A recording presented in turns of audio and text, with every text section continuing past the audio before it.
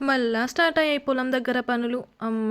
వరి నాటు పెట్టి వడ్లొచ్చేంత వరకు ఒక పనుంటే, ఇప్పుడు మళ్ళీ వరి కోసిన తర్వాత వాటర్ పెట్టి, దున్ని, వరాలు తీసి, వరాలు చక్కగా పెట్టుకొని, పొలమంతా క్లీన్ చేసుకొని, దున్నుకొని, ఇదంతా పెద్ద పని. అబ్బా! నాటు పెట్టడం అంటే ఎంత ఈజీ అని అనుకుంటారు కదా చూసేవాళ్ళు. రైస్ ఎంత ఈజీగా పండించొచ్చులే అని అనుకుంటారు. బట్ ఆ వర్క్ చేసేంత వరకు తెలీదు.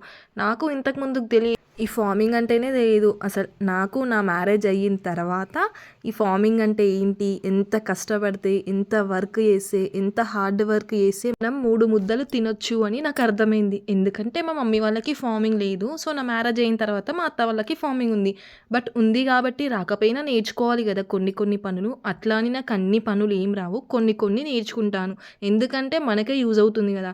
ఇప్పుడంటే మన అత్త వాళ్ళు ఉన్నారు కాబట్టి వాళ్ళు అటు ఇటు వాళ్ళు చెప్తూ ఉంటే మనం చేసుకోవచ్చు.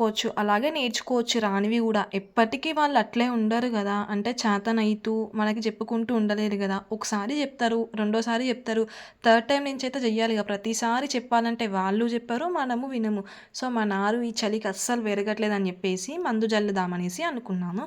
సో ఆ మందులు ఎన్ని రకాలు ఉన్నాయో చూడండి. ఇన్ని రకాల మందులు కొట్టినాక కూడా మన చేతికి వచ్చేంత వరకు మనకి బాధనే కదా. అంటే కరెక్ట్ సీజన్లో అంటే వరి మొత్తం అయిపోయిన తర్వాత మనం వరి కోసే ముందే వర్షాలు, గాలి ఇలాంటివన్నీ వస్తాయి. లాస్ట్ టైంగా చూసారు కదా వరి కోసే ముందే వర్షాలు ఎలా వచ్చాయో. ఇలా మేము వరం పెడుతూ ఉంటే అందులో ఒక రాయి దొరికింది మాకు. ఇది మనం దేవుని రూమ్లో పెట్టుకొని మంచిగా వాష్ చేసుకొని కొబ్బరికాయ కొట్టడానికి యూజ్ చేయొచ్చు కదా. ఇందాక మందు కలిపామని చెప్పాం కదా. చూడండి ఇప్పుడు ఆ మందు జల్లుతున్నాడు. ఎన్ని మందులు జల్లినా సరే కానీ ఈ చల్లని వెదర్కి అసలు నారు మాత్రం పెరగట్లేదు. ఈవినింగ్ వ్యూ అయితే చాలా బాగుంది. మనం ఇంట్లో ఉండడం కన్నా అప్పుడప్పుడు అలా పొలం దగ్గరికి వెళ్తే చాలా రిఫ్రెషింగ్గా ఉంటుంది, రిలీఫ్గా కూడా ఉంటుంది. ఫార్మింగ్ ఉంటే మాత్రం నేర్చుకోవాల్సిందే. నేర్చుకోక మాత్రం అస్సలు తప్పదు. అది చేస్తే అయిపోతుందిలే అన్నట్టు కాదు. మనం చేస్తేనే అవుతుంది, మనమే చేసుకోవాలి. ఎందుకంటే వేరే వాళ్ళు వచ్చి చెయ్యరు కదా. మనకుంది కాబట్టి మనమే నేర్చుకోవాలి, మనమే చెయ్యాలి. నేర్చుకోకపోయినా సరే మనకు వచ్చి ఉండాలి.